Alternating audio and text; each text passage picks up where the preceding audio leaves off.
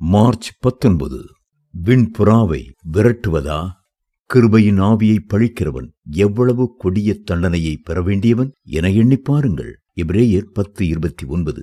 மனிதர் செய்யும் எல்லா பாவங்களும் அவர்கள் பழிக்கும் பழிப்புரைகளும் அவர்களுக்கு மன்னிக்கப்படும். ஆனால் தூய ஆவிக்கு எதிராக பழிப்புரை கூறினால் அவன் மன்னிக்கப்படாமல் நித்திய ஆக்கினைக்குள்ளாகியிருப்பான். மார்க் 3:28-29. இவ்வார்த்தைகளை பெந்தேகோஸ்தேயினர், சில பெந்தேகோஸ்தே வெளிப்பாடுகளே பெந்தேகோஸ்தேயினர் அல்லாதோர் சரியானதென்று ஒத்துக்கொள்ளாத போது அவருக்கு எதிராய் பயன்படுத்துகின்றனர்.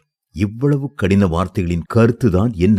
பழைய ஏற்பாட்டு சட்டத்தின்படி கடவுளை பழிக்கும் எவருக்கும் மரண தண்டனைதான். லேவியராகமம் 24:15-16. ஆனால் இயேசு கிறிஸ்துவின் இரத்தம் எல்லா பாவங்களையும் நீக்கி நம்மை தூய்மையாக்கும் என்ற புதிய உடன்படிக்கையின் வாக்கை பற்றி என்ன? தமக்கு எதிரான பழிப்பை விட ஆவியானவருக்கு எதிரான பழிப்பை கொடியது என இயேசு சொன்னது ஏன்? பாவத்தை குறித்து நம்மை கண்டித்துணர்த்தி மனம் திரும்புதலுக்கு நடத்தக்கூடிய ஒரே சக்தி தூய ஆவியானவரே. யோவான் 16:7. ஒருவன் ஆவியானவரை பழித்து விட்டால் அவனை மனம் திரும்பச் செய்ய யாரும் இல்லையே. மக்கள் இயேசுவை பைத்தியக்காரன் என்றும் பிசாசு பிடித்தவன் என்றும் தீர்த்தபோதுதான் அவர் ஆவியானவருக்கு எதிரான பழிப்பை குறித்து பேசினார். மார்க் 3:21, 22, 28.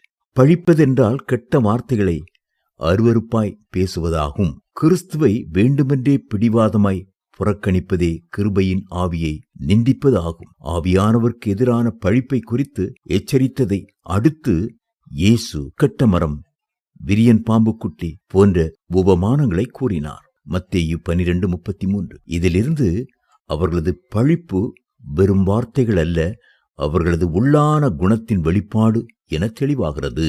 ஆவியானவரின் செயல்பாட்டை ஒருவன் மறுப்பது அறியாமையினாலா அகங்காரத்தினாலா என அறிந்தவர் கடவுள் ஒருவரே என்று எச்சரித்துள்ளார்.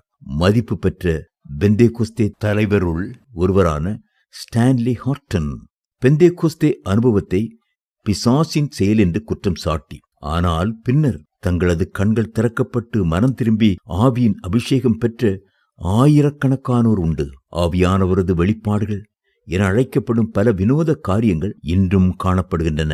ஆனால் திருமறையில் அவைகளுக்கு தெளிவான சான்று இல்லாத பட்சத்தில் அவைகளை அப்படியே ஏற்றுக்கொள்ள எவரும் கடமைப்பட்டவர் அல்ல. கவனமாயிருக்க வேண்டும். அதே வேளையில் காலத்திற்கு முன் ஒன்றையும் முடிவாக நியாயம் தீர்த்துவிடவும் கூடாது.